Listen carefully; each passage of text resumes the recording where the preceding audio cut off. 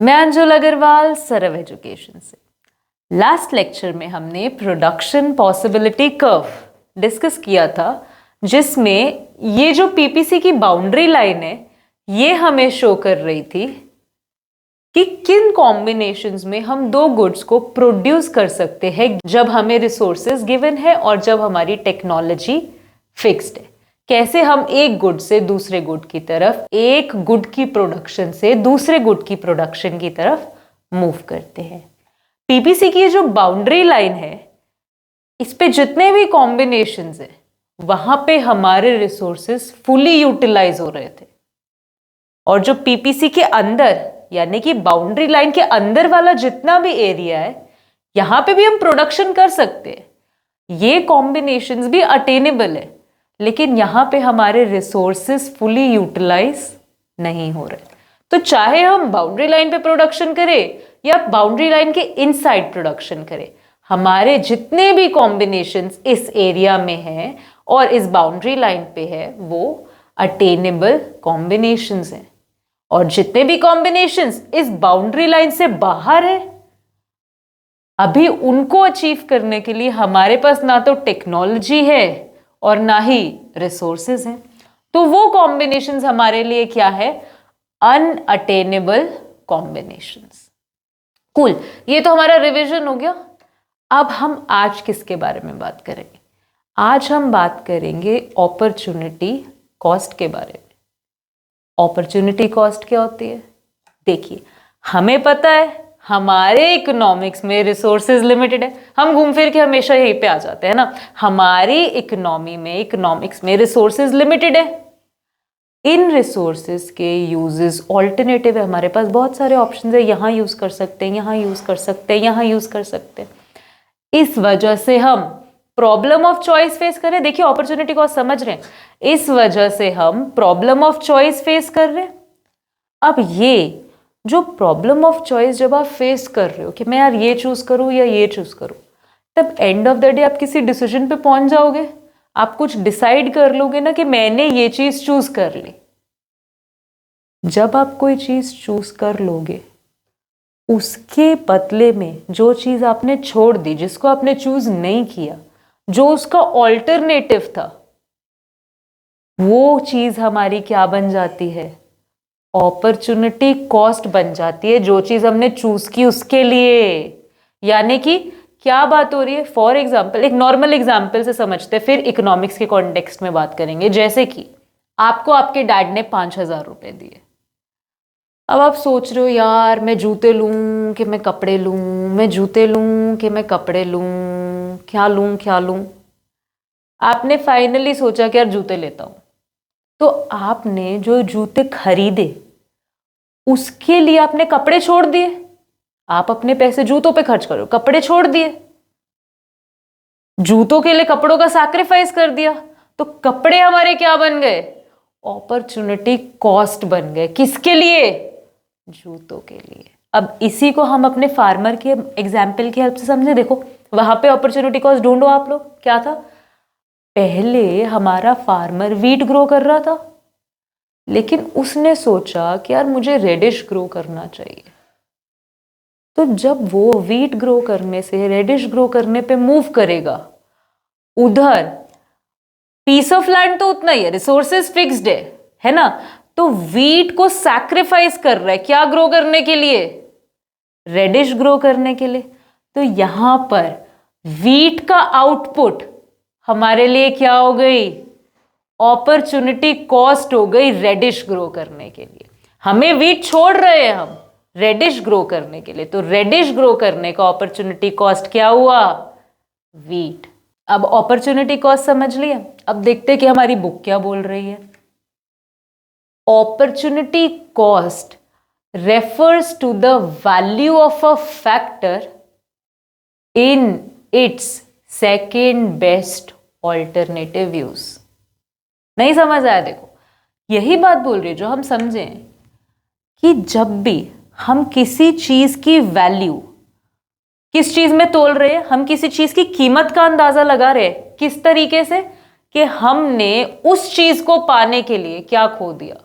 जैसे कि हमने रेडिश को पाने के लिए वीट सैक्रिफाइस किया, वीट हमारी अपॉर्चुनिटी कॉस्ट बनी, किसके लिए? रेडिश के लिए। जब हम रेडिश की कीमत का अंदाजा कैसे लगाए? मैंने इतनी रेडिश उगाने के लिए इतना वीट का एरिया लूज कर दिया। जब मैं रेडिश की कीमत किसकी कीमत में तोल रही हूं? वीट की कीमत में तोल रही हूं, तो वो मेरी क्या बन जाती है? Opportunity cost. जब भी मैं एक चीज की वैल्यू जो मेरे पास दूसरा उसका बेस्ट ऑल्टरनेटिव था उसमें तोल रही हूं, जो मैंने लूज कर दिया, सैक्रिफाइस कर दिया, वो मेरी क्या बन जाएगी? Opportunity cost. अब हम समझे कि अपॉर्चुनिटी कॉस्ट क्या होता है। नेक्स्ट हमारी बुक क्या बोल रही है कि अब समझो कि मार्जिनल अपॉर्चुनिटी कॉस्ट क्या होता है। अरे अब एक और शब्द घुसा दिया बीच में, क्या? मार्जिनल। Marginal opportunity cost. तो हम मार्जिनल को समझ लेते, अपॉर्चुनिटी कॉस्ट तो हमें समझ आ ही गई है।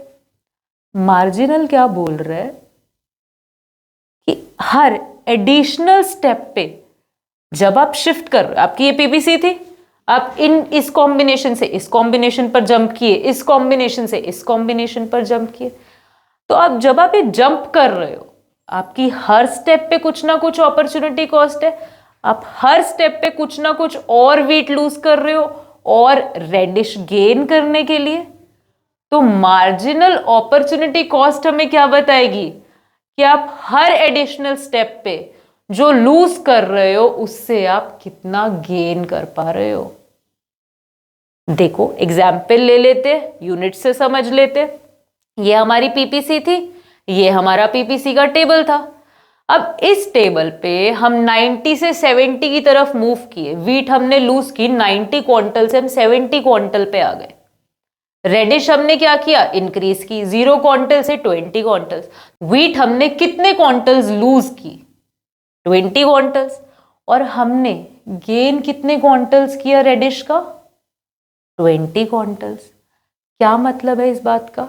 जब मैं इसकी मार्जिनल अपॉर्चुनिटी कॉस्ट निकालूंगी तब मैं क्या निकालूंगी कि जो मैंने लूज किया उसके बदले मैंने कितना गेन किया, या जो मैं गेन कर रही हूं उसके बदले मुझे कितना लूज करना पड़ रहा है। तो मैं इसको कैसे देखूंगी? जितने भी यूनिट्स मैंने लूज किए उसको अगर मैं जितने यूनिट्स मैंने गेन किए उससे डिवाइड कर दूं, तो यानी कि मेरा जितना भी लॉस था मैंने उसको डिवाइड कर दिया किसमें? जितना मुझे गेन हुआ। तो मेरे पास क्या आंसर आया? 1 आंसर आया। इसका क्या मतलब है कि जब मैं 1 यूनिट वीट का लूज कर रही थी तब मैं 1 यूनिट रेडिश का गेन भी कर रही थी। देखो कोई बात नहीं, कंफ्यूज मत हो। ये देखो नेक्स्ट और आगे जंप करते हैं। क्या हुआ? 70 क्विंटल से कहां चला गया? 40 क्विंटल पे। ये 20 से कहां चला गया? 30 क्विंटल्स पे। हमने कितना लूज किया?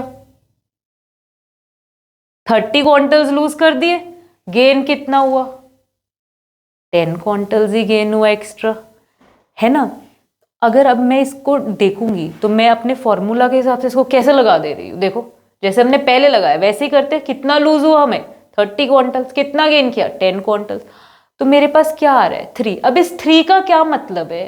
ये 3 मुझे क्या दिखा रहा है? मैं बोल रही हूँ 3 मेरी एमओसी है, मार्जिनल अपॉर्चुनिटी कॉस्ट है, पर इसका मतलब क्या है? इसका मतलब है कि मैं 3 यूनिट्स लूज कर रही हूं पर मुझे गेन कितना हो रहा है? सिर्फ 1 यूनिट का गेन हो रहा है। यानी कि इस बार मैंने क्या किया? मैं 3 यूनिट्स छोड़ रही हूं वीट के, क्या गेन करने के लिए? सिर्फ 1 यूनिट गेन करने के लिए रेडिश का। हाँ अब एक मिनट, ये निकालने की हमें जरूरत क्या है? सिग्निफिकेंस क्या है? अब आप समझ पा रहे हैं कि अगर मुझे पता नहीं चलेगा कि मैंने कितना लूज किया कितना गेन करने के लिए, तो मैं कंपेयर कैसे करूंगी? तो मुझे कैसे पता चलेगा कि मेरी प्रॉफिटेबिलिटी क्या है, मैं खड़ी कहाँ हूं मेरे बिजनेस में? हम कोई भी बिजनेस चलाएंगे, किसी भी काम से, किसी भी चीज की, एक चीज की प्रोडक्शन से दूसरी चीज की प्रोडक्शन की तरफ मूव करेंगे, तो मुझे पता तो होना चाहिए ना कि मैं गेन कितना कर रही हूं और उसके बदले मैंने लूज कितना कर दिया, सैक्रिफाइस कितना करना पड़ रहा है मुझे। हाँ तो अब और आगे चलते हैं। मैंने क्या किया, मैं 40 से 0 क्विंटल्स पे हो गई वीट के लिए, मैंने बंद कर दिया वीट उगाना। रेडिश कहाँ पे चली गई मेरी, 30 to 40 चली गई, यानी कि मैंने कितना लूज किया, 40 क्विंटल लूज किया। लेकिन मेरा गेन कितना हुआ, 30 से 40 तक, 30 से 40 तक कितना, 10 क्विंटल्स मैंने गेन किया। तो अब मेरा रेशियो यानी कि एमओसी क्या आ गया, 4 आ गया। इसका क्या मतलब है, अब आप बताओ, कि मैंने 4 यूनिट्स वीट के लूज किए, कितना गेन करने के लिए रेडिश, सिर्फ 1 एक्स्ट्रा यूनिट गेन करने के लिए मैं अब 4 यूनिट्स वीट के लूज कर रही हूं। इस टेबल के रिलेशन का मेरा एमओसी कैसा दिखेगा, कुछ इस तरीके से। पहले मेरा एमओसी क्या था, 1, फिर कितना हो गया 3, फिर कितना हो गया 4। तो मेरा एमओसी क्या कर रहा है, इंक्रीज कर रहा है। यहां पे हमने क्या बात की कि जो हमारी मार्जिनल अपॉर्चुनिटी कॉस्ट रहेगी वो इंक्रीज करेगी। अब इसका भी क्या रीजन है, देखो, जब मैं कोई काम कर रही थी, मैं वीट कितने टाइम से उगा रही थी, 10 साल से वीट उगा रही थी मैं, लेकिन अब मैंने सोचा कि रेडिश की तरफ प्रॉफिटेबिलिटी ज्यादा है, तो मैं रेडिश पे शिफ्ट तो हो गई। पर अभी मुझे रेडिश ना तो अच्छे से उगाना आता है, अब मुझे ये भी नहीं पता कि रेडिश के लिए जिस टाइप की सॉइल चाहिए, जिस टाइप की न्यूट्रिशंस चाहिए, वो मेरे लैंड में है। हाँ, तो इस वजह से जितना बेटर प्रोडक्शन मैं वीट का कर पा रही थी, उतना बेटर प्रोडक्शन मैं रेडिश का नहीं कर पाऊंगी। यही वजह है कि जो मैं लूज कर रही हूं, यानी कि जो यूनिट्स में वीट के सैक्रिफाइस कर रही हूं, वो धीरे धीरे बढ़ रहे हैं। मैं लूज ज्यादा कर रही हूं, गेन उतना कर नहीं पा रही, क्योंकि अभी मैं एक्सपर्ट ही नहीं हूं रेडिश ग्रो करने में।